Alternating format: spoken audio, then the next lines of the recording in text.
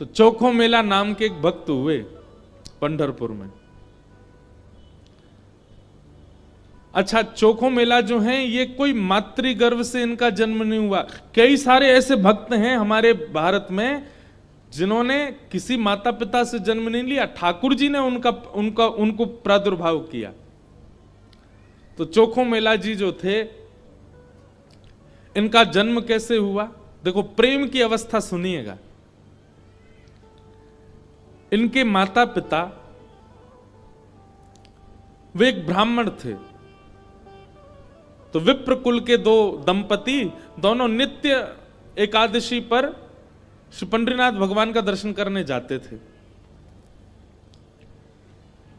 एक दिन की बात, पंडित जी के मन में आया कि हम श्री पंडरीनाथ भगवान का भोग लगाने के लिए कुछ आम ले चलें। तो आम लेकर के पंडित जी और उनकी घरवाली दोनों जब मंदिर जाने लगे, तो ठाकुर जी तो इतने प्रेमी हैं भक्तों के कि मंदिर तक आम लेकर के आए, तब तक ठाकुर जी से प्रतीक्षा नहीं हुई। भगवान एक ब्राह्मण का रूप धारण करके बाहर ही चले गए और बाहर जाकर के वो ब्राह्मण दंपति से कहने लगे, हमको बहुत जोर की भूख लगी है, हम बहुत दिन से भूखे हैं, आपके पास बहुत सारे आम हैं, इसमें से 2-3 हमको दे दो। अभी कुछ दिन पहले वृंदावन में मैं था, तो एक भक्त आया, वैष्णव आते मिलने।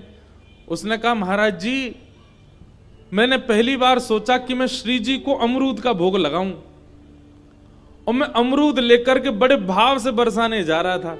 नहीं तो क्या हुआ? बोले, रास्ता में एक जगह टम्पू रुका हमारा ऑटो, इतने में महाराज जी बंदर आया और सबरे अमरूद फैला के और उनमें समेट करके भाग गए। और इतने सारे बंदर आए, सब लेके भाग, एक भी नहीं बचा। मेरा मन तो बड़ा खिन्न हुआ, श्री जी नाराज है मुझसे। मैंने कहा, अरे बाबड़े, श्री जी नाराज ना है, श्री जी से प्रतीक्षा ना है भाई कि तू ऊपर तक आवेगो, ऊपर अमरूद पधरावेगो, और कहीं ये बाहर खड़े पुजारी ने तेरे द्वारा दिए गए अमरूद बांट दिए तो श्री जी को तो भोग नहीं लग पाएगा।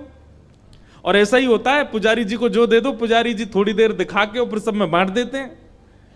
तो श्री जी ने कही, इतने भाव से अमरूद लेके आ रहा हो, तो श्री जी ने अपनी गुप्त सेना भेजी, बोले बीचते ही हरण कर लाओ। और मैं सबरे अमरूद बंदर लेके भाज गए, श्री जी ने पा लियो, भोग लगा लियो।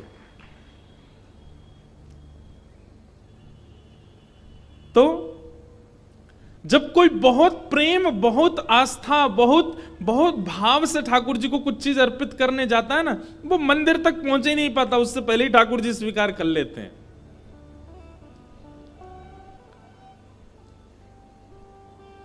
अब कभी ऐसी घटना घटे तो देखना, जबरदस्ती मत करना कि रबड़ी लेके गए और बंदर कोई दिखा रहे हैं दूर से, जे ले जाए तो हम समझेंगे कि हाँ भोग लगेंगे। जबरदस्ती नहीं, अपने आप ऐसी कोई योजना बने तो समझ जाना कि श्री ठाकुर जी ने पा लिया। तो भगवान पहुंच गए और दंपति के पास जाके कहने लगे, बोले हमको आम दे दो, बहुत जोर की भूख लगी है, आप इतने सारे आम लेके जा रहे हो, उनमें से 2-3 ही दे दो। तो विप्र दंपति ने सोचा, कोई बात नहीं, 2-3 आम इनको दे देते हैं, बाकी धो धा के फिर पंडरीनाथ जी का भोग लगा देंगे। लीजिए लीजिए भैया, आप लोग पाओ। अब जैसे ही ब्राह्मणी ने आम दिया, और चोखो मेला जी खूब जोर जोर से वो पंडरीनाथ भगवान जिस रूप में आए थे उस रूप में बढ़िया प्रेम से फल पाने लगे। लेकिन वो क्या करते, थोड़ी देर तो आम चूसते, पूरा आम नहीं पाते, थोड़ा सा उसमें छोड़ देते और फिर ब्राह्मणी की गोद में ही डाल देते। एक आम पाया, ये हैं श्री पंडरीनाथ भगवान। अब दर्शन हो गए पूरे, और ये असली चित्र है श्री पंडरीनाथ भगवान का। अब हमको ही देखो, कथा सुन। तो यही ठाकुर जी ब्राह्मण का रूप धारण करके गए, और महाराज आधे आधे आम चौंके और चौंक करके उनकी गोद में डालते जाएं। बेचारे ब्राह्मण देवता एक दूसरे, दंपति एक दूसरे को देखने लगे, बोले कि ये क्या कर रहे हैं? बोले कोई बात नहीं। 2-4 आम पा करके और उच्छिष्ट छोड़ छोड़ करके उनकी गोद में ब्राह्मण तो चले गए। अभी दोनों दंपति सोचने लगे, कोई बात नहीं, 2-3 आम बचे, इनको धो के पंडरीनाथ भगवान का भोग लगा देंगे, और ये जो आम ये हमारी गोद में छोड़ गए, इनको बांध लो, कोई जानवर या कोई जीव मिलेगा उसको दे देंगे। अभी इनमें आम बचे हैं, कोई जीव खा लेगा। जैसे ही दोनों आगे बढ़े तो ब्राह्मण तो थोड़े आगे चले गए, पत्नी धीरे धीरे पीछे आ रही थी। तभी उसको अचानक इतना भार लगने लगा, वो जो उसने झोली सी बनाई थी, इतना भार लगने लगा कि एक तरफ की ओर वस्त्र खिंचने लगा। जैसे उसने देखा मेरी झोली इतनी भारी हो गई, खोल करके देखा तो वहीं एक नन्हा सा बालक था, उसी का नाम पड़ा चोखो मेला। उनका नाम चोखो मेला इसलिए पड़ा क्योंकि भगवान ने आम चोख करके और गोद में मेल दिया, इसीलिए नाम उनका चोखो मेला। अब इनके कोई माता पिता नहीं है, ये ठाकुर जी ने इनको भेजा है। और ठाकुर जी जिसको भेजते हैं ना, वो निश्चित है कि संसार के भक्तों को पथ दिखाने के लिए भेजते हैं। हमने एक चीज अनुभव की भैया, अधिकतर भक्तों के चरित्रों में देखा गया कि उनका जन्म सामान्य हमारी तरह नहीं हुआ, कुछ ना कुछ अलग होता है। जैसे गोस्वामी तुलसीदास जी महाराज के लिए आता है कि जैसे ही उनका जन्म हुआ, जन्म लेते ही उनके 3200 दांत थे। बालक के दांत होते हैं जन्म लेते ही, तो गोस्वामी जी के दांत थे। और उनके परिवार और गांव के लोगों ने यह सोचा कि ओहो, इसके तो सारे दांत निकल आए, ये अपसगुन बालक है। अपसगुन मान करके उनको थोड़ा किनारे कर दिया। वही गोस्वामी तुलसीदास जी बन गए। सूरदास जी महाराज जन्म से ही अंधे हुए, उनके नेत्र ही नहीं थे। सब भक्त ऐसे नहीं होते, पर अधिकतर भक्तों के साथ कुछ जन्म से ही ऐसी स्थिति होती है कि जिसको संसार के लोग ये समझेंगे ये तो अपसगुन है, ये तो अच्छा नहीं हुआ। ठाकुर जी ने देखो उसके संग कैसा किया, अष्टवक्र, जन्म से ही 8 जगह से टेढ़े थे। ऐसी चोखो मेला। अब चोखो मेला को देख करके, उस बालक को देख करके ब्राह्मणी ने मन में विचार किया, अगर मैं इस बालक को लेकर के गई तो सब लोग पूछेंगे ये कैसे जन्मा, मैं सबको क्या उत्तर दूंगी? मेरी बात कोई नहीं मानेगा कि झोली में अपने आप आ गया। और इस भय से कि संसार के लोग क्या कहेंगे, उन्होंने उस बालक को एक सुरक्षित सा वृक्ष था उसके नीचे छोड़ दिया, उसको स्वीकार नहीं किया। तभी कुछ चर्मकार वहां से निकल रहे थे, उनमें से एक की दृष्टि पड़ी और उस रोते हुए बालक को देख करके उन्होंने उसको स्वीकार किया और भगवत प्रसाद मान करके एक चर्मकार परिवार ने चोखो मेला जी का पालन पोषण किया। धीरे धीरे वो बड़े हुए। अब क्योंकि उनके माता पिता चर्मकार परिवार के हैं, इसलिए कई जगह उनको मंदिर में जाने से रोक दिया जाता। पर ठाकुर जी तो किसी की जात पात नहीं देखते ना, ठाकुर जी तो सबसे प्रेम करते हैं। बंधुओं, ये सब हमने बनाया, हम मानवों ने कर दिया है ये सब विभाजन। कई बार ब्राह्मण कुल में जन्म लेने के बाद भी उतनी पवित्रता शुद्धता नहीं होती है, और कई बार इतने श्रेष्ठ कुल में न जन्म लेने के बाद भी बहुत पवित्र होता है मानव। वास्तविकता यह है कि जन्म से हमारी जात पात नहीं होती है, हमारे स्वभाव से होती है, हमारे गुण से होती है, हमारे कर्म से होती है। सब लोग इधर देखो, ध्यान से सुनो। चोखो मेला जी अपने पिता के साथ में खेती बाड़ी करते थे।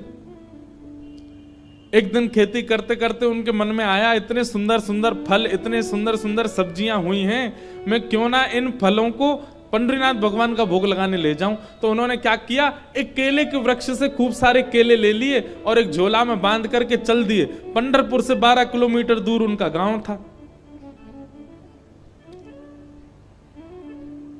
जैसे ही पहुंचे पंढरपुर, इतने आनंद में भर गए कि उन्होंने विचार ही नहीं किया। बहुत लोगों ने रोकने का प्रयास किया कि इनको मंदिर में ना घुसने दिया जाए, ये अधिकारी नहीं है, लेकिन वो तो इतने भाव में आ गए कि वो घुसते ही चले गए। और जैसे भीतर पहुंचे महाराज, लोगों ने घेर करके चोखो मेला जी को पीट दिया, बहुत मारा। उनके वस्त्र फाड़ दिए, सिर में चोट लगी, हाथ में चोट लगी, पैरों में चोट लगी, सब जगह इतना जख्म दे दिया।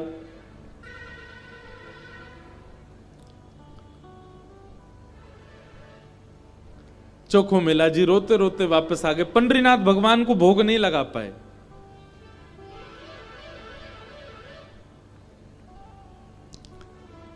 शाम का समय चोखो मेला जी अपने सब घावों को, जहां जहां से रक्त निकल रहा था, साफ कर रहे थे और गुस्सा कर रहे थे। बोले अब नहीं आऊंगा आपके पास। बैठ गए हो, ईंट के ऊपर खड़े हो गए हो, इतने सारे अपने आगे जो है धर्म शास्त्र के मर्मज्ञ लगा दिए हैं, वे सब जात पात देख करके दर्शन कराते हैं। खड़े रहो, बने रहो महाराज अपने रूप में, हम तो नहीं आएंगे आपका। अरे कुछ करने थोड़ी आया था, कुछ मांगने थोड़ी आया था, अपने खेत के बढ़िया फल लेकर के आपका भोग लगाने आया था। इतने में ही नील वर्ण के श्याम सुंदर पीतांबरी पहने चलते हुए चोखो मेला के पास प्रत्यक्ष प्रकट होके आ गए। चल करके आए और चोखो मेला के पास आकर के गले में गलवैया डाल करके बैठ गए। ए चोखा, नाम ही भगवान उसको चोखा बोलते। ए चोखा, तू इतना उदास क्यों हो रहा है? बोले उदास? इतना पिटवाया हमको, हाथ पांव सब तोड़ ताड़ दिए हमारे, और अब मेरे घर आ गए हो, मेरे गले में गलवैया डाल करके बैठे हो। ये सब लीला क्यों करते हो आप? वहां क्यों नहीं रोका आपने सब पुजारियों को, पंडाओं को, ये सब ब्राह्मणों को?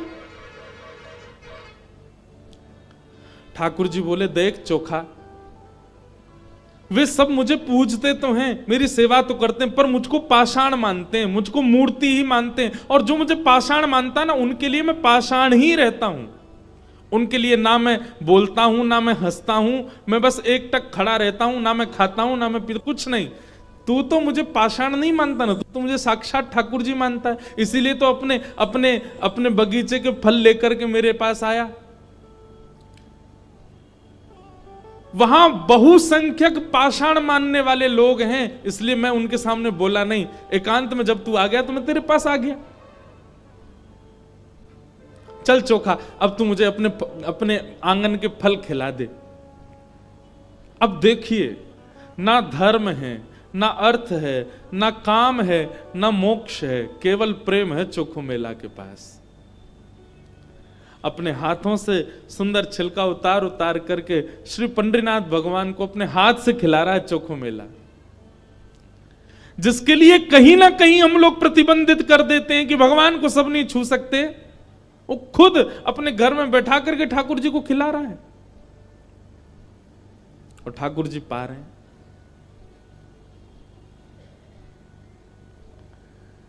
भगवान ने 2-3 केला पाए और 2-3 केला पाने के बाद में भगवान बोले ए चोखा सुन, अब मत खिला, अब बाकी के जितने बच्चे हैं ये सब मेरी पीतांबरी में बांध दे। चोखा बोला वहां जाकर के पाओगे, सारे मेरे सामने ही पा लीजिए ना, आप बांध करके क्यों ले जा रहे हो, यहीं प्रेम से पालो। पंडरीनाथ भगवान बोले अरे मैंने अपना तो पा लिया, ये बाकी के तो मैं पंढरपुर में रुक्मणी जी बैठी हैं, वो भी भूखी हैं, उनके लिए ले जा रहा हूं, उनको जाके मैं पवा दूंगा। आज चोखा तेरे ऊपर इतना प्रहार किया ना सबने, तेरे ऊपर इतना अत्याचार किया सबने, इसलिए मैंने और रुक्मणी जी ने आज भोजन ही नहीं किया, हम दोनों भूखे हैं। अब मैंने तो पा लिया, अभी रुक्मणी जी के लिए ले जाऊंगा। चोखा मेला खूब रोने। अब मैं यहां तो गा नहीं सकता, मुझे आते भी नहीं, मराठी में इतने सुंदर सुंदर पद हैं उनके। भगवान अपनी पीतांबरी में केले बांध करके पंढरपुर आ गए और पंढरपुर में आकर के रुक्मणी जी को पवाया। प्रातः काल ब्रह्म मुहूर्त में जैसे ही कपाट खुले, श्री पंडरीनाथ भगवान के चारों ओर केले के छिलके पड़े हैं और केले के छिलके देख करके सब पंडा पुजारी बोले हम तो कपाट बंद करके गए, ये केला के छिलका यहाँ कैसे पड़े हैं, ये कौन लेके आया? तभी एक उनमें से बोले कल वो आया था ना, एक चर्मकार का बालक, वही अपने संग बांध के लेके आया था इतने सारे केले, उसको सुबह तो हमने मार पीट के भगा दिया, निश्चित ही वो कहीं से रात में आ गया है और रात में आकर के सब यहां खा करके गया है ठाकुर जी के आगे। उसका उद्देश्य तो गर्भगृह को बेकार करना ही था, इसलिए ये सब हुआ है, ये उसी ने किया है। और सब पंडा पुजारी नाराज हो गए, अपने हाथ में डंडा ले ले करके कमर कस के सब पहुंच गए चोखो मेला के घर, और वहां पहुंच करके घर से निकाल करके फिर पीटा उनको, फिर मारा। कितनी परीक्षा लेते हैं ठाकुर जी, हम तो नेक आदमी घबरा जाते हैं। चोखो मेला घर में सो रहे थे और घर में जाकर के वहां से घसीट करके उनको मारा सबने। बोले अरे दुष्ट पापी, तुझको मंदिर में नहीं जाने दिया तो रात्रि तू गर्भगृह में घुस गया।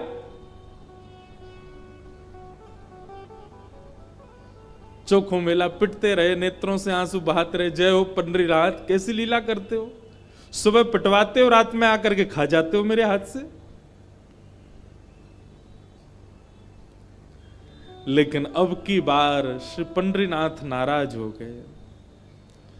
पंडा पुजारी सब अपना काम करके चोखो मेला के साथ थोड़ी हाथापाई करके सब जैसे ही वापस आए, पंढरपुर में श्री पंडरीनाथ भगवान के मंदिर के मुख्य द्वार सारे अपने आप बंद हो गए और भीतर से ठाकुर जी ने ताला लगा लिया, लॉक कर लिया, बंद हो गए ठाकुर जी मंदिर के अंदर।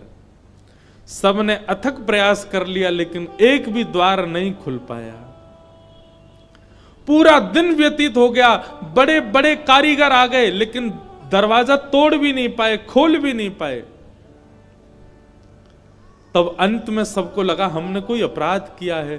चारों ओर पंडा पुजारी और बड़े बड़े वेदज्ञ, बड़े बड़े मनीषी सब बैठ गए, हाथ जोड़ करके पंडरीनाथ भगवान की स्तुति गाने लगे। बोले नाथ, हमसे कोई अपराध हुआ तो आप हमें बताएं, दंड दे दें, लेकिन इस प्रकार नाराज होकर मत बैठो।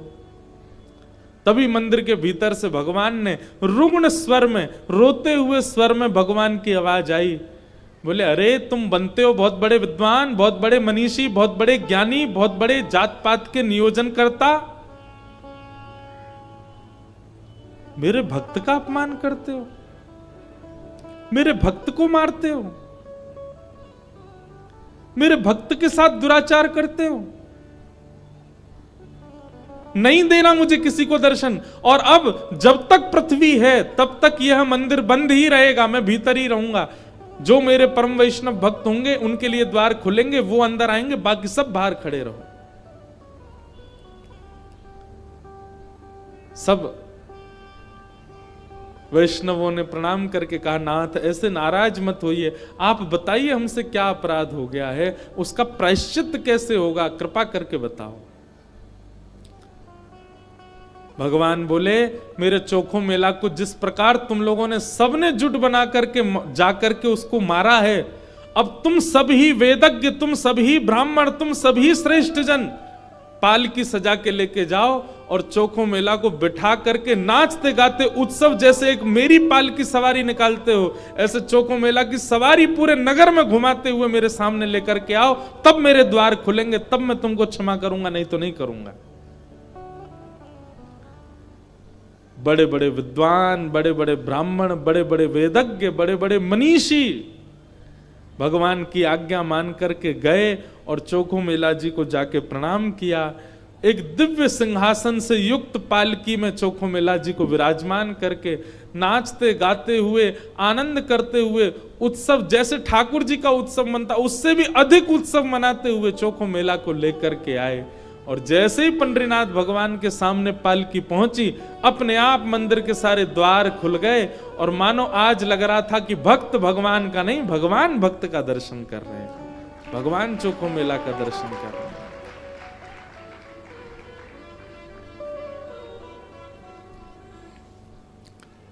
प्रेम बड़ा है, ज्ञान बड़ा नहीं, ज्ञान आवश्यक है, वैराग्य आवश्यक है, सब कुछ आवश्यक है, पर प्रेम प्रधान है। प्रेम के बगैर कहीं ना कहीं आप ठाकुर जी से दूर ही रहोगे। इसलिए भैया ज्ञान बहुत आवे इसकी कामना मत रखो, हमारा जप बहुत बने इसकी भी कामना मत रखो, हमारा नियम बहुत बने इसकी भी कामना मत रखो, हम नित्य तीर्थ जाते रहें ऐसी कामना भी मत रखो। कामना केवल एक रखो, हम जहां भी रहें, जैसे भी रहें, जिस स्थिति में रहें, हमारा प्रेम सदा बढ़ता रहे ठाकुर जी के प्रति। और श्रीमद् भागवत प्रेम प्रकट कराने वाला ग्रंथ है। ज्ञान चाहिए तो अन्य शास्त्रों को पढ़ लीजिए, वैराग्य चाहिए तो अन्य शास्त्रों के पास चले जाइए, लेकिन प्रेम चाहिए तो भागवत जी की शरण में आइए। प्रेम के वश अर्जुन रथ हाँक्यो, प्रेम के वश अर्जुन रथ हाँक्यो, भूल गए ठकुराई हो, भूल गए ठकुराई। क्यों? सबसे ऊंची प्रेम सगाई, सबसे ऊंची प्रेम सगाई, सबसे ऊंची प्रेम सगाई, सबसे ऊंची प्रेम सगाई। हे दुर्योधन की मेवा त्यागी, दुर्योधन की मेवा त्यागी, दुर्योधन की मेवा त्यागी, दुर्योधन की मेवा त्यागी, साक विदुर कर खाई, ओ साक विदुर कर खाई, हाँ साक विदुर घर खाई, ओ साक विदुर घर। करताल बजा के गाओ। सबसे ऊंची प्रेम सगाई, सबसे ऊंची प्रेम सगाई, सबसे ऊंची प्रेम सगाई, सबसे ऊंची। श्री राधा रमण लाल की।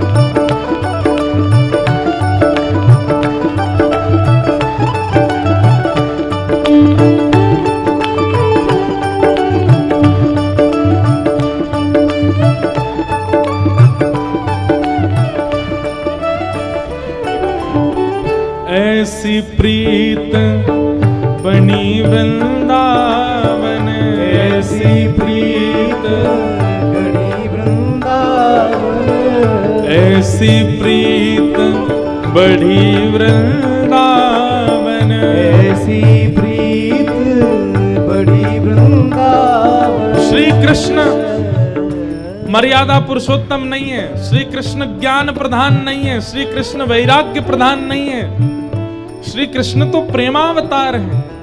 उनकी प्रत्येक लीला केवल प्रेम के वश में होकर के की गई है। ऐसी प्रीत बढ़ी वृंदावन, ऐसी प्रीत बढ़ी वृंदावन, हे गोपियन रास रचाई, ओ गोपियन नाच नचाई, गोपियन रास रचाए, गोपियन भाव से। सबसे ऊंचे प्रेम सगाई, सबसे ऊंची प्रेम सगाई, सबसे ऊंची प्रेम सगाई, सबसे सबसे ऊंची प्रेम सगाई, सबसे ऊंची प्रेम सगाई। हे सूरकूर एहि लायक नाही, सूरकूर एहि लायक नाही। देखो इस पद में सूरदास जी अपने आप को क्या कह रहे हैं? कूर। लेकिन हम वैष्णवों को नहीं गाना चाहिए। सूरदास जी अपने आप को भले ही कुछ भी कहें, पर हमको तो उनको दास ही कहना। सूर कूर, कूर किसको कहते जानते हैं ना? ग्राम सिंह। ये तो वैष्णवों की प्रधानता, ये उनका भाव है, ये उनकी दीनता है कि वो अपने आप को कूर कह रहे हैं। पर सूरदास जी कूर नहीं हो सकते, सूर तो सूर ही हैं। इसलिए हम नहीं गाएंगे, हम तो यही कहें, सूरदास एहि लायक नाही, सूरदास एहि लायक नाही, सूरदास एहि लायक नाही। सूरदास एहि किस लायक नहीं है? हे केहू विधि करहूं बढ़ाई, केहू विधि करूं बढ़ाई, हाँ कहीं विधि करहूं बढ़ाई। कहीं विधि करूं बढ़ाई। ओ सबसे ऊंची प्रेम सगाई, सबसे ऊंची प्रेम सगाई, हाँ सबसे ऊंची प्रेम सगाई, सबसे ऊंची प्रेम सगाई। हे दुर्योधन की मेवा त्यागी, दुर्योधन की मेवा त्यागी, दुर्योधन की मेवा त्यागी, दुर्योधन की मेवा त्यागी। हे साक विदुर घर खाए, ओ साग विदुर घर खाई, हाँ साक विदुर घर खाए। ओ साग विदुर घर खाई। ओ सबसे ऊंची प्रेम सगाई, सबसे ऊंची प्रेम सगाई। ये राधे राधे गोविंद गोविंद राधे राधे राधे गोविंद गोविंद राधे। हे गोविंद राधे गोपाल राधे, गोविंद राधे गोपाल राधे, गोविंद राधे गोपाल राधे, गोविंद राधे गोपाल राधे। राधे राधे गोविंद गोविंद राधे, राधे राधे गोविंद गोविंद राधे। श्री राधे राधे गोविंद गोविंद राधे, राधे राधे गोविंद गोविंद राधे। श्री राधे राधे गोविंद गोविंद राधे, राधे राधे गोविंद गोविंद राधे। श्री गोविंद राधे गोपाल श्री गोविंद राधे, राधे गोपाल राधे। गोविंद राधे गोपाल श्री गोविंद राधे, राधे गोपाल राधे। जय गोविंद राधे गोपाल राधे, जय गोविंद राधे गोपाल राधे। जय गोविंद राधे गोपाल राधे। जय गोविंद राधे गोपाल राधे। हे प्यारे राधे राधे गोविंद गोविंद राधे, राधे राधे गोविंद गोविंद राधे। जय राधे राधे गोविंद गोविंद राधे, राधे राधे गोविंद गोविंद राधे। श्री राधे राधे गोविंद गोविंद राधे, राधे राधे गोविंद गोविंद राधे। प्यारे राधे राधे गोविंद गोविंद राधे, राधे राधे गोविंद जय जय श्री राधे।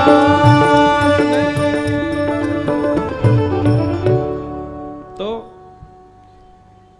धर्म आवश्यक है, अर्थ आवश्यक है, काम आवश्यक है, मोक्ष भी आवश्यक है, परंतु प्रेम के आगे नहीं।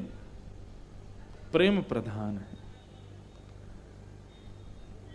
या फिर ऐसा कह दें कि धर्म में, मोक्ष में, प्रेम में, धर्म में, मोक्ष में, काम में और अर्थ में त्रुटि हो सकती है, लेकिन प्रेम यदि प्रधान है तो वहां की त्रुटि नजरअंदाज कर दी जाती है।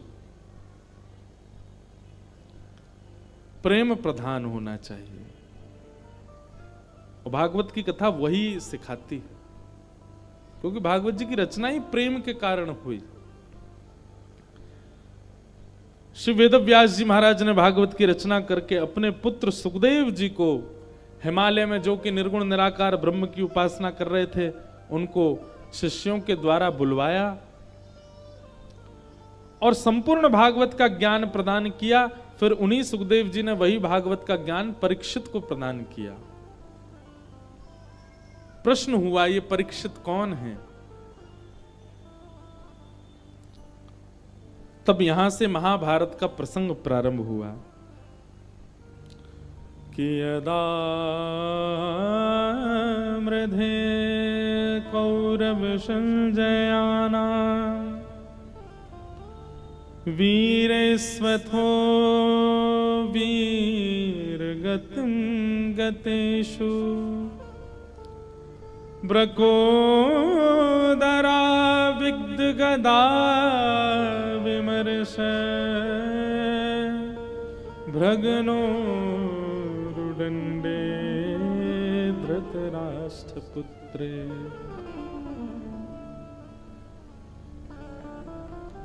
महाभारत का प्रसंग। सब लोग सावधानी से सुनो, इधर देखो।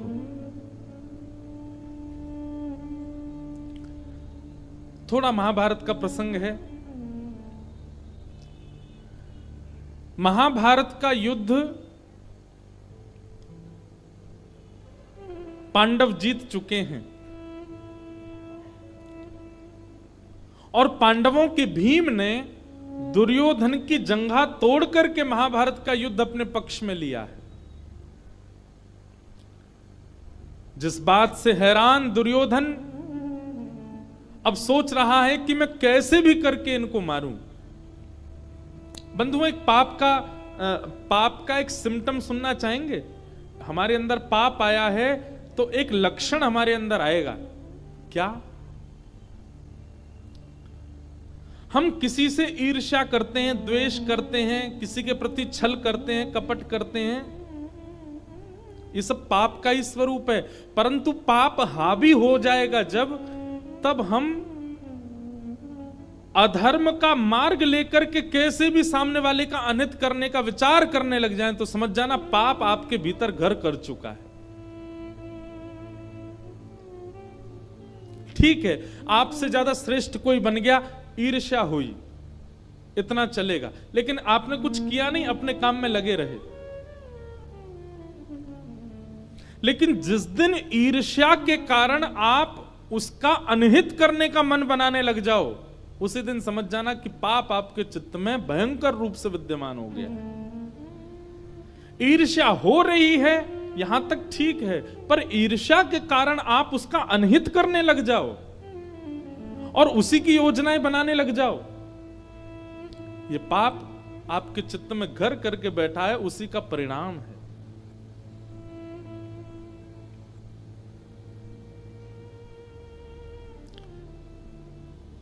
ऐसा कह दें कि जैसे बहुत गंभीर बीमारी हो जाए और वो थोड़ी बहुत स्थानों पर हो तो उसकी चिकित्सा की जाती है, लेकिन अगर वो मस्तिष्क में पहुंच जाए, ब्लड में आ जाए, आपके हृदय में उसका प्रवेश हो जाए, तो फिर उस बीमारी का कोई उपचार नहीं। ईर्ष्या का उपचार है। अगर आपको किसी से ईर्ष्या हो रही है तो उसका उपचार है, एक दिन ईर्ष्या नष्ट हो जाएगी।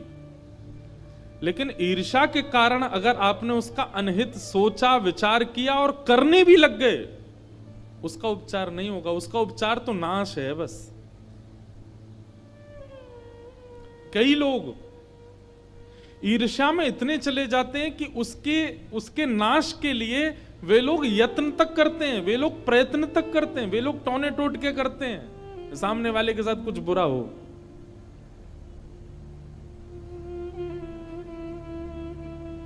अरे कहां तक कहें, मंदिर भी इसीलिए जाते हैं कि हमारा पड़ोसी आजकल बहुत चौड़ रहा है, बहुत बढ़िया कमा रहा है, खा रहा है, सब बढ़िया चल रहा है, उसके संग कुछ अनहित होना चाहिए, इसलिए मंदिर जा रहे हैं।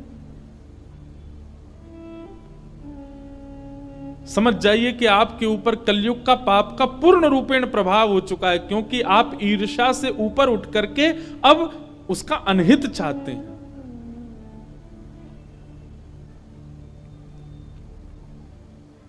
इसलिए किसी के प्रति ईर्ष्या आवे, कथा में आइए, सत्संग में आइए, गुरुजनों के पास आइए, गंगा स्नान कीजिए, यमुना स्नान कीजिए, धीरे धीरे अपने उस ईर्ष्या को नष्ट कीजिए। परंतु अगर ईर्ष्या के कारण आपके चित्त में उसका अनहित चाहने की इच्छा हो रही है, उसके साथ गलत करने की इच्छा हो रही है, आपका नाश होने से कोई नहीं रोक सकता। और वही कर रहा है दुर्योधन। दुर्योधन युद्ध हार चुका है, अचेत अवस्था में पड़ा है रणभूमि में, लेकिन तब भी उसको ये पीड़ा नहीं है कि मैं मरने वाला हूं, अपनी मृत्यु सफल बना लूं। अरे मेरे कुछ क्षण बचे हैं, मैं इन क्षणों में कुछ अच्छा कर लूं, हरिनाम संकीर्तन कर लूं, भजन कर लूं, कुछ पुण्य कर लूं। नहीं, वो थोड़े क्षणों जो उसके बचे हैं जीवन के, उनमें भी क्या सोच रहा है कि मैं क्या करूं कि पांडव भी मारे जाएं, मैं पांडवों से बदला लूं। पिक्चरों में कभी कभी दिखाया जाता है कि जब गुंडे के पिताजी मरने वाले होते हैं तो वो मरते मरते कह जाते हैं, मेरी मृत्यु का बदला तू ले लेना, और फिर वो मर जाते हैं।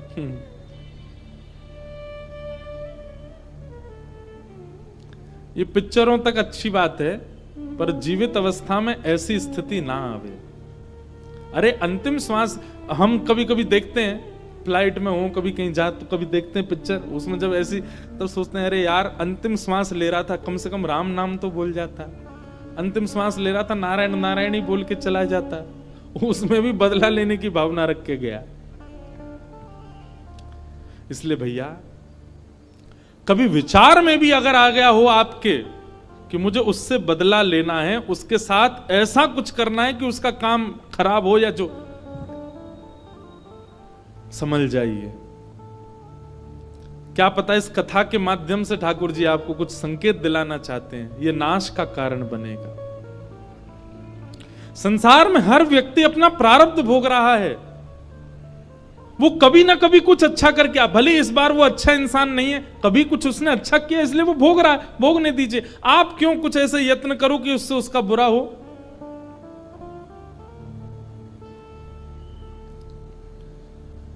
दुर्योधन अचेत अवस्था में पड़ा है और उसी समय गुरुपुत्र अश्वत्थामा दिखाई देते हैं दुर्योधन को। दुर्योधन कहता है, अश्वत्थामा तुम्हें मेरा एक काम करना है। क्या? हम रणभूमि में तो पांडवों को नहीं मार पाए, पर अब हमें छल से उनको मारना होगा।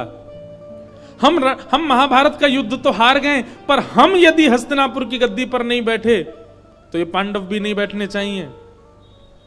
अश्वत्थामा कहने लगा, क्या करना है बताओ। बोले, रणभूमि में तो नहीं मार पाए, सोते हुए इन योद्धाओं को इनके शिविर में जाके मार दो, सोते हुए मार दो।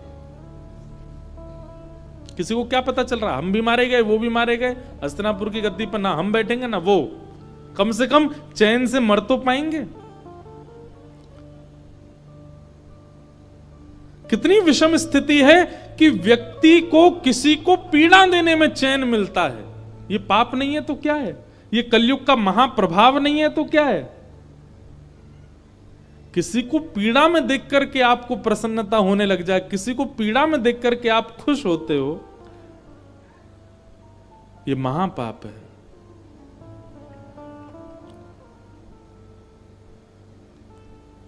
और आप और हम तो कथा में बैठे हैं, इसलिए हम लोगों के लिए ऐसा लगता है कि ऐसे लोग तो नहीं होंगे संसार में, पर आप जान करके आश्चर्य करेंगे, ऐसे लोगों की सबसे ज्यादा संख्या है जो किसी के अनहित होने की खबर सुन करके घर में उत्सव मनाते हैं। बोले, आज तो भैया पार्टी होएगी, क्यों? उसका बुरा हुआ, इसलिए हम खुशी मना रहे हैं। ये पाप नहीं, महापाप। किसी की मृत्यु की बात सुनकर के एक परिवार खुश हो रहा है, किसी के ऊपर कोई केस हो गया, जेल चला गया, कुछ गलत हो गया, उसके हाथ पांव टूट गए, कुछ हो गया और एक परिवार प्रसन्न हो रहा है, ये महापाप नहीं है, ये महापाप है।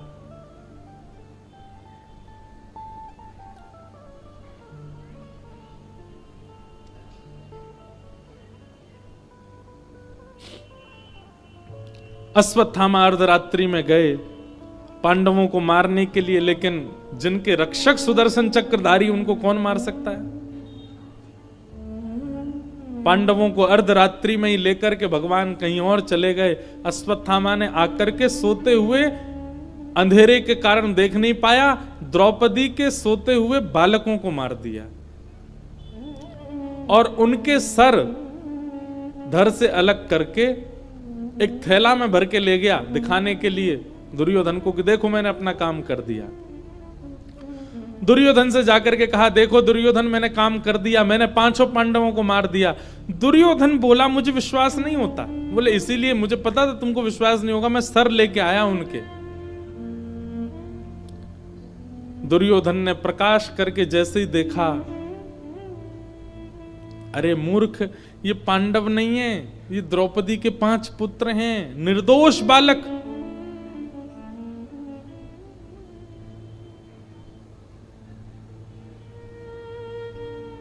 पांडवों का उत्सव मनना था, परंतु मातम मनने लगा। दूसरे दिन प्रातःकाल जैसे ही देखा तो रक्त से संचित समस्त शिविर हो चुके थे। दौड़ करके जब देखा तो द्रौपदी के 5 पुत्र मरे पड़े हैं, सर नहीं है उनके, केवल धड़ पड़े हैं। रोने लगी द्रुपद सुता और उसी समय संकल्प ले लिया अर्जुन ने, प्रतिज्ञा ले ली अर्जुन ने, द्रौपदी तुम रो मत, मैं प्रतिज्ञा लेता हूं जिसने भी बालकों को मारा उसको जीवित नहीं छोड़ूंगा मैं। बंधुओं, क्रोध बुरा नहीं होता, पर क्रोध में हमारी प्रतिक्रिया बुरी होती है। इसलिए जो लोग कहते हैं कि हमें बहुत क्रोध आता है, क्या करें? बस क्रोध में मौन हो जाओ, बोलना बंद कर दो, कोई प्रतिक्रिया मत दो। आपका क्रोध नाशक नहीं होगा। फिर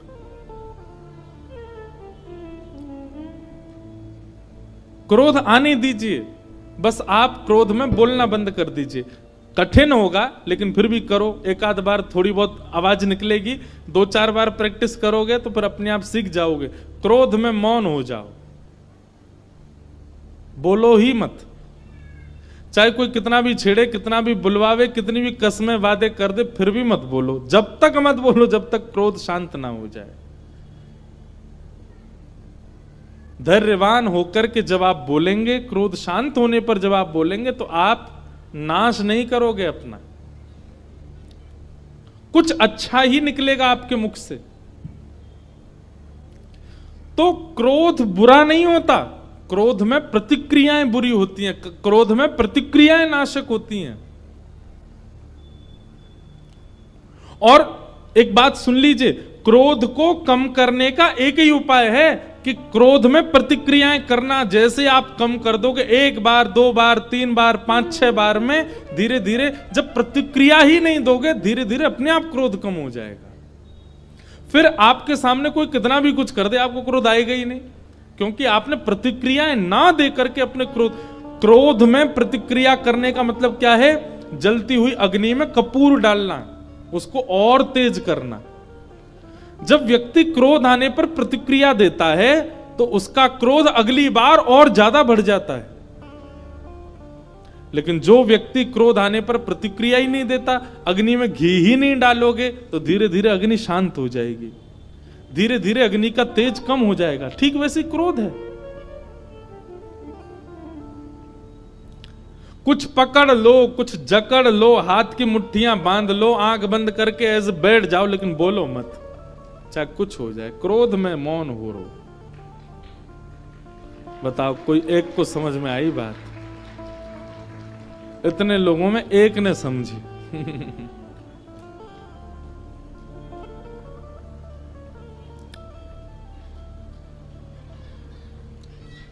अर्जुन ने प्रतिज्ञा ले ली कि मैं इन बालकों के हत्यारे को जीवित नहीं छोड़ूंगा। भगवान बोल रहे हैं अर्जुन क्रोध में कोई निर्णय मत लो, लेकिन क्रोधी व्यक्ति किसी की सुनता नहीं है।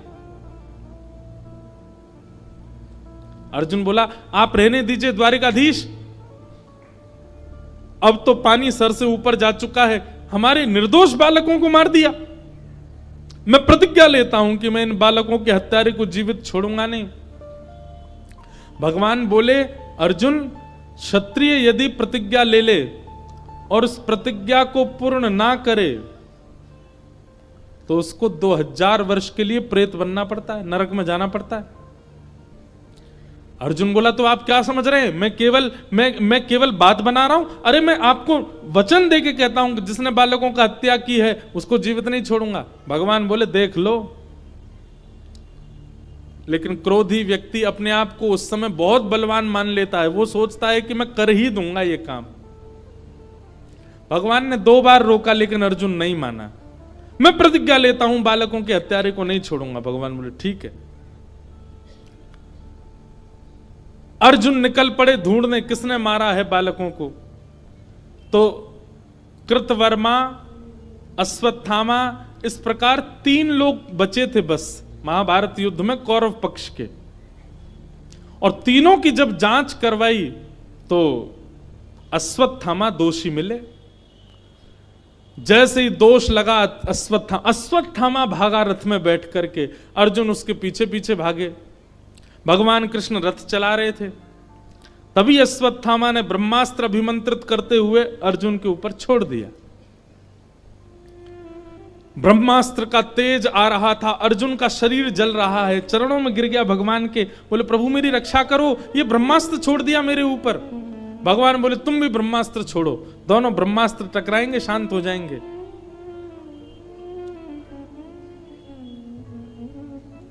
अर्जुन ने किसी प्रकार से ब्रह्मास्त्र शांत करके अश्वत्थामा को पकड़ लिया और पकड़ करके उसके हाथ और पैर बांध करके अपने रथ के चक्के से बांध दिया और घसीटते हुए लेके आ रहा है।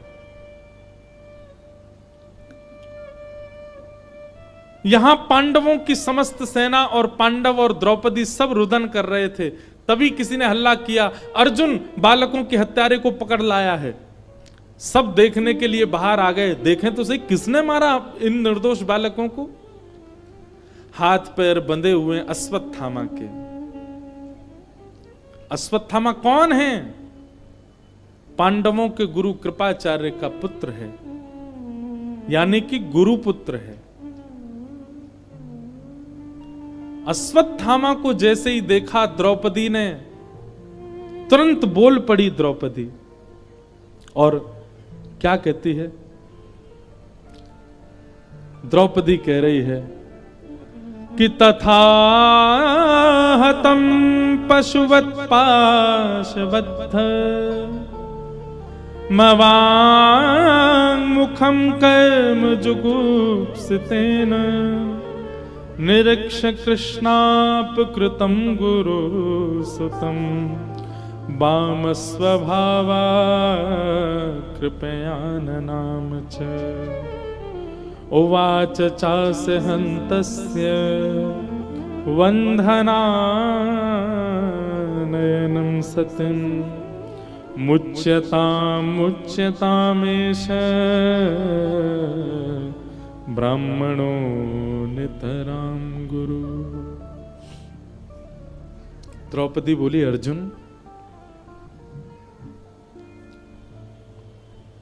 तुम किसको पकड़ के लाए हो? अर्जुन बोला तुम्हारे बालकों का हत्यारा है अश्वत्थामा। द्रौपदी बोली तुम ये क्यों भूल गए हो कि ये हमारे गुरु का बेटा है, ये गुरुपुत्र है, और गुरुपुत्र गुरु के समान होता है। अर्जुन हम क्षत्रिय हैं और ये ब्राह्मण हैं, ब्राह्मण पूजनीय होता है। अर्जुन बोला ये सब बातें बाद की विचार की होती हैं, पर आतताई का कोई धर्म नहीं होता, आतताई का कोई घर परिवार नहीं होता। ये आतताई है, बालकों का हत्यारा है। इसके प्रति ये भावना थोड़ी रखेंगे कि ये गुरुपुत्र है, ये ब्राह्मण है। और मैंने प्रतिज्ञा ली है कि मैं बालकों के हत्यारे को जीवित नहीं छोड़ूंगा, मैं तो इसको मारूंगा। द्रौपदी बोली, अर्जुन, क्या इसको मारने से मेरे मरे हुए 5 पुत्र जीवित हो जाएंगे? अर्जुन बोले, नहीं। सुनो, बात सुनो, कथा सुनो, अभी ताली नहीं बजाओ, कथा सुनो। द्रौपदी कहती है, क्या इसको मारने से मेरे पुत्र जीवित हो जाएंगे? अर्जुन बोला, नहीं। तो फिर उसको क्यों मारना? और दूसरी बात, अगर तुमको मेरे ऊपर इतनी दया आ रही है कि मेरे 5 पुत्र मारे गए, तो एक तरफ दृष्टि उठा करके देखोगे तो 5 पुत्र भले ही मेरे चले गए, पर 5 पति जीवित हैं। अश्वत्थामा की मां विधवा पहले हो चुकी है और केवल एक पुत्र है उनका, और इसको भी तुम मार दोगे तो ना पति है ना पुत्र है, अकेली हो जाएगी। ये महापाप नहीं होगा कि हम एक अबला दुर्बला नारी के सारे सहारों को छीन लें? मेरे 5 पुत्र छीन लिए गए, पर 5 पति जीवित हैं, मैं इनके सहारे रह लूंगी। लेकिन अश्वत्थामा की मां के लिए तो विचार करो अर्जुन, उनके पति भी नहीं हैं और एकमात्र पुत्र है, उसको भी मार दोगे तो पुत्र मरने की क्या वेदना होती है, ये मैं अभी जूझ रही हूं इससे, मुझे पता है। मैं नहीं चाहती कि जिस वेदना में एक मां है उस वेदना में दूसरी मां भी जाए। अश्वत्थामा, अर्जुन मेरी आज्ञा मानिए, क्योंकि मेरे पुत्र मरे हैं, अश्वत्थामा को मत मारो। अर्जुन अब सोच में पड़ गए, मैं क्या करूं। युधिष्ठिर की ओर देखा, भैया आप आज्ञा कीजिए, आप समझाइए ना द्रौपदी को। युधिष्ठिर कहने लगे, नहीं अर्जुन, द्रौपदी ठीक कह रही है, द्रौपदी की बात में बल है, अश्वत्थामा को मत मारो। भीम कहने लगा, बोले सबको छोड़ अर्जुन, तू तलवार मुझे दे, मैं मार देता हूं इसको। नकुल सहदेव की ओर देखा, नकुल सहदेव भी बोले, हम भी द्रौपदी के पक्ष में, इसको मत मारो। प्रजा की ओर देखा तो प्रजा कहने लगी, हमारे हवाले कर दो, हम मार देंगे। और सबकी ओर देखते हुए जब अंत में श्री कृष्ण की ओर देखा तो आलोक्य वदनम सख्य, अर्जुन ने जब श्री कृष्ण की ओर देखा, अपने सखा की ओर देखा, भगवान ने जैसे मानो एक रूठा हुआ व्यक्ति अपना मुख फेर लेता है, ऐसे ठाकुर जी ने रूठ के मुख फेर लिया। क्यों? क्योंकि भगवान तो पहले ही मना कर रहे थे अर्जुन को कि अर्जुन ये प्रतिज्ञा मत ले, तू बालकों के हत्यारे को मार देगा। लेकिन अर्जुन ने तब नहीं माना था। भगवान के चरणों में प्रणाम करके बोलने लगा, बोले प्रभु आप आज्ञा कीजिए ना, मैं क्या करूं। भगवान बोले, नहीं नहीं, तू तो पहले ही निर्णय ले चुका था, अपनी प्रतिज्ञा पूरी कर। और मेरे से क्यों पूछ रहा है? द्रौपदी के बालक मारे गए हैं, द्रौपदी की जो आज्ञा हो वो कर। अब देख अर्जुन, तेरी प्रतिज्ञा है कि बालकों के हत्यारे को मारेगा, तो इसको मार दे। लेकिन द्रौपदी के बालक मारे गए हैं तो द्रौपदी की आज्ञा के बिना तू नहीं मार सकता। द्रौपदी कहती है नहीं मारो तो इसको मत मारना। लेकिन भीम तुम्हारे बड़े भैया हैं, वो कह रहे हैं कि तू हट जा, मैं मार दूं, तो उनकी आज्ञा मानो। लेकिन युधिष्ठिर तुम्हारे सबसे बड़े भैया हैं, उनकी बात तो तुमको माननी चाहिए। वो कह रहे हैं मत मारो, तो तुमको नहीं मारना चाहिए। मारो मत मारो, मारो मत मारो, मारो मत मारो। भगवान ने इसी के बीच अर्जुन को छोड़ दिया। अर्जुन बोला सबकी छोड़ो, आप अपनी राय बताओ, मैं क्या करूं। भगवान मंद मंद मुस्काए, बोले सोच ले, दे दूं राय। बोले हां, करेगा ना पालन? बोले बिल्कुल करूंगा। भगवान कहते हैं कि ब्रह्म बंधु न हंतव्य आतताई बधारण मय्यैवो भयमां मातम परिपाययन्ति मयानुशासनम्।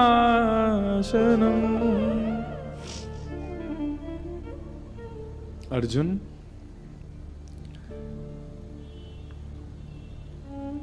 ब्राह्मण कैसा भी क्यों ना हो उसको मारना नहीं चाहिए। अश्वत्थामा ब्राह्मण है। हमारे शास्त्रों में दो विधान है, एक तो माताएं बहनों के और एक ब्राह्मण को। ऐसा कहा गया कि कितना भी बड़ा दंड करें, कितना भी बड़ा अपराध करें, इनको मृत्यु दंड नहीं मिलना चाहिए। आजीवन कारावास दे दो, जीवन भर के लिए जेल में ही डाल दो, मृत्यु ही जेल में हो, वो ठीक है, पर मृत्यु दंड नहीं देना है, ना तो माताओं को और ना ही ब्राह्मण को। अब किसी ने मुझसे कहा, बोले आप तो ब्राह्मणों का पक्ष लोगे क्योंकि स्वयं ब्राह्मण हो।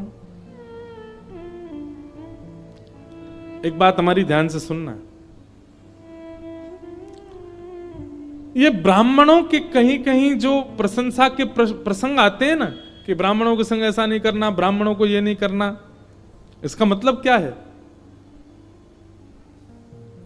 ठाकुर जी कह रहे हैं बाकी सबको तो उनके कर्म का दंड आप दे दो, लेकिन ब्राह्मण यदि कुछ गलत करेगा तो उसको दंड आप नहीं देना, उसको दंड मैं दूंगा। उसको दंड देने का अधिकार मेरे हाथ में है। और देखो, हम आप सब दंड देंगे तो नेक नेक ही दे देंगे, लेकिन ठाकुर जी जब दंड पानी बनते हैं ना। हमारी कथा हुई थी 1 महीना की नासिक में, 1 महीना कथा की थी। नासिक कथा में हमने दंडपाणी भगवान का वर्णन किया। इतना भयावह रूप होता है जब ठाकुर जी दंडपाणी बनते हैं। तो ब्राह्मण कोई अपराध करे तो इसका मतलब यह नहीं कि भागवत जी उसको छूट दे रही है कि चलो तुमको मृत्यु दंड नहीं। ब्राह्मण यदि कोई अपराध करेगा और कोई भी अपराध करे उसको दंड यही मिल जाएगा, लेकिन ब्राह्मण जब अपराध करता है तो ठाकुर जी दंडपाणी रूप धारण करते हैं और कहते हैं तुझको तो मैं देखूंगा, तू आ मेरे पास। और ब्राह्मण को दंड भगवान देते हैं। इसलिए ब्राह्मण को तो और ज्यादा संभल के क्रिया करनी चाहिए, क्योंकि उसके दंड का अधिकार तो भगवान ने हाथ में ले रखा है। छूट नहीं है ब्राह्मणों को, उनके लिए और कठिन प्रावधान है। तो भगवान कह रहे हैं अर्जुन, ब्राह्मण कैसा भी क्यों ना हो उसको मारना नहीं चाहिए। लेकिन तुरंत भगवान कहते हैं पर अर्जुन, बालकों का हत्यारा कोई भी क्यों ना हो उसको छोड़ना नहीं चाहिए।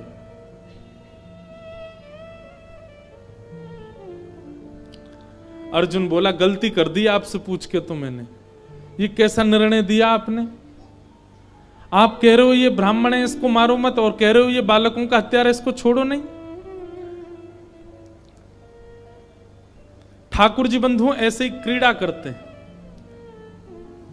कई बार ठाकुर जी की ना में हां होती है और कई बार ठाकुर जी की हां में ना होती है। ये तो गुरुजन ही बता सकते हैं कि वो हां कर रहे हैं कि ना कर रहे हैं।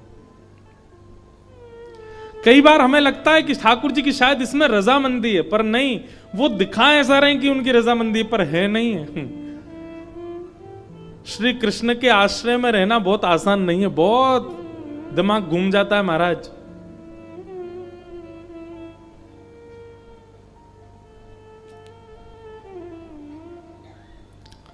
हम अपने लाल जी से कभी कभी पर्ची डालते हैं उनके आगे, कोई समस्या हो या कोई उत्तर चाहिए हो, क्या करें क्या ना करें। तो जैसे कई बार होता है कि वहां जाएं कि नहीं जाएं, ठाकुर जी आप बताओ। तो 3 पर्ची डालते हैं, एक में हां, एक में ना, और तीसरी वाली डालते हैं कि ठाकुर जी कह रहे हैं जैसी तेरी मर्जी।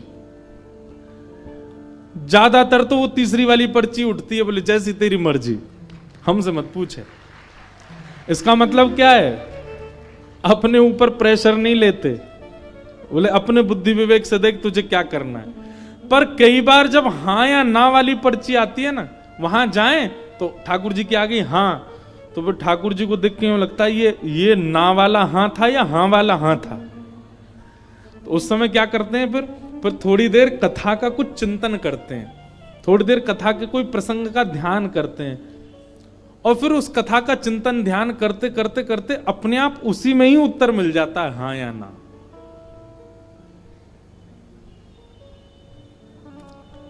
तो श्री कृष्ण को समझना थोड़ा टेढ़ा तो है, पर समझ में आ जाए तो आनंद भी उतना ही है।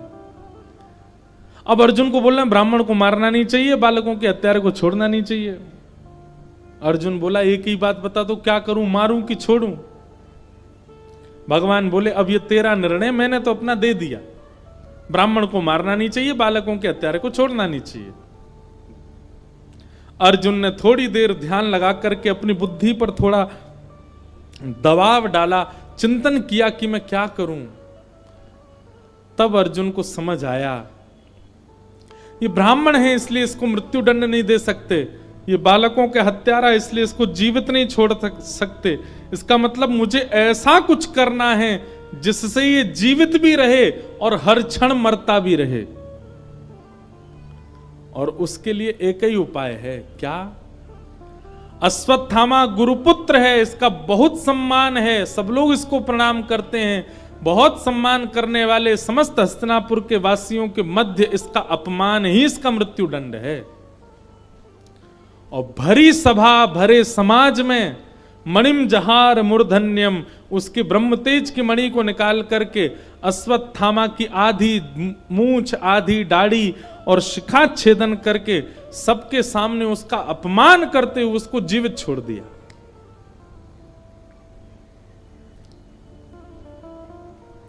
अब ये मृत्यु दंड से भी बड़ा दंड लग गया अश्वत्थामा को। अश्वत्थामा मानो प्रार्थना कर रहा था कि इससे अच्छा तो मार ही देते, जीवित क्यों छोड़ दिया, वो भी अपमान करके। अब तो अश्वत्थामा जहां से भी निकले सब ईंट पत्थर फेंकें, कंकड़ फेंकें, उसको अपशब्द कहें। कोई भी अपने घर में कोई भी उसका मुख देखना नहीं चाहता, सब उसके प्रति हीन भावना रखने लगे। जहां भी अश्वत्थामा पहुंच जाता है सब लोग अपने घरों में चले जाते हैं, छतों से ईंट पत्थर फेंकने लगते हैं। ऐसी अश्वत्थामा की स्थिति कर दी। ये जीते जी मृत्यु के समान हो गया अश्वत्थामा का। आज भी अश्वत्थामा जीवित है, चिरंजीवी है।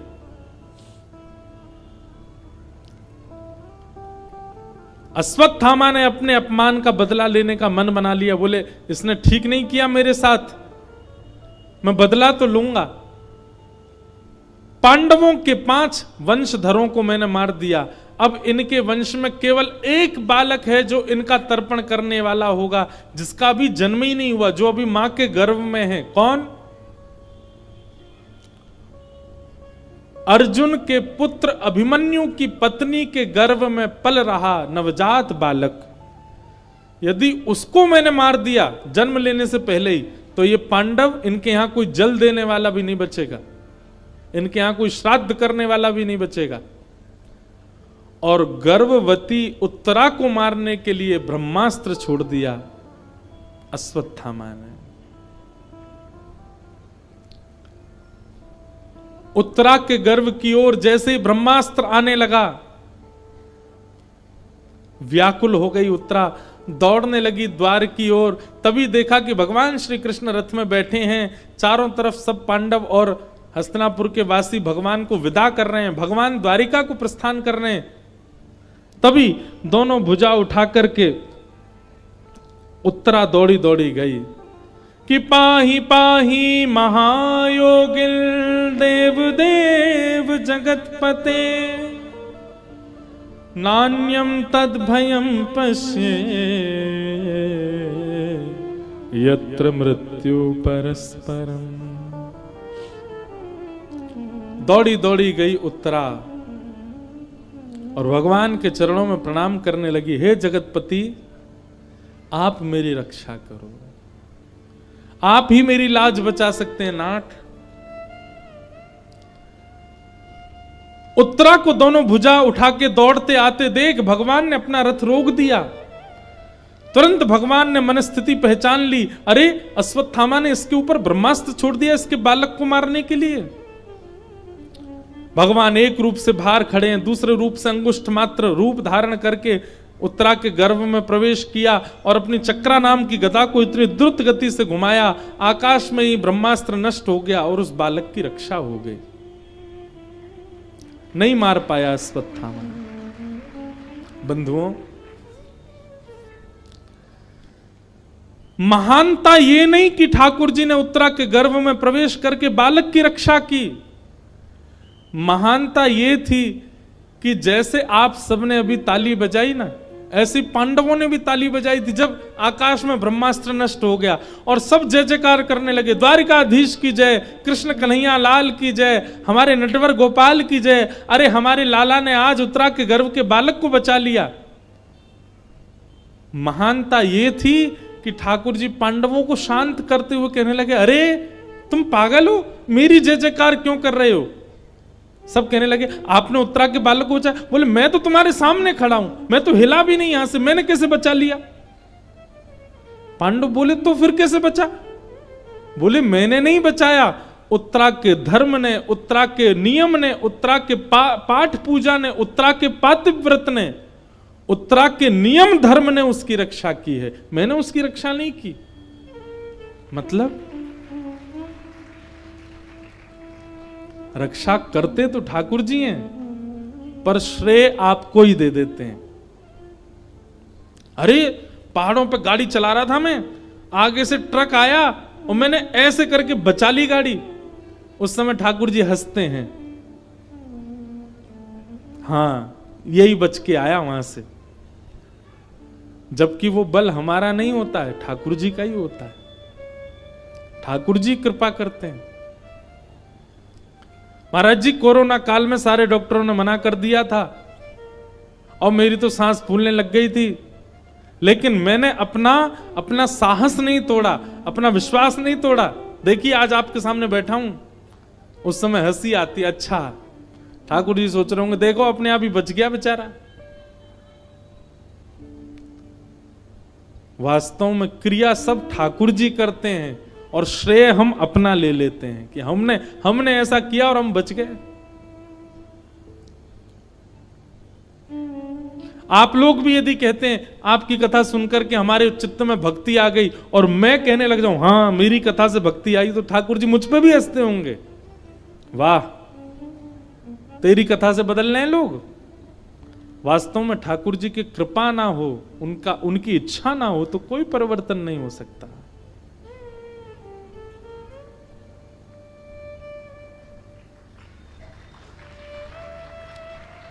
बड़े धीमे जागते हो आप लोग, आधी बात हो जाती तब तो याद आता है।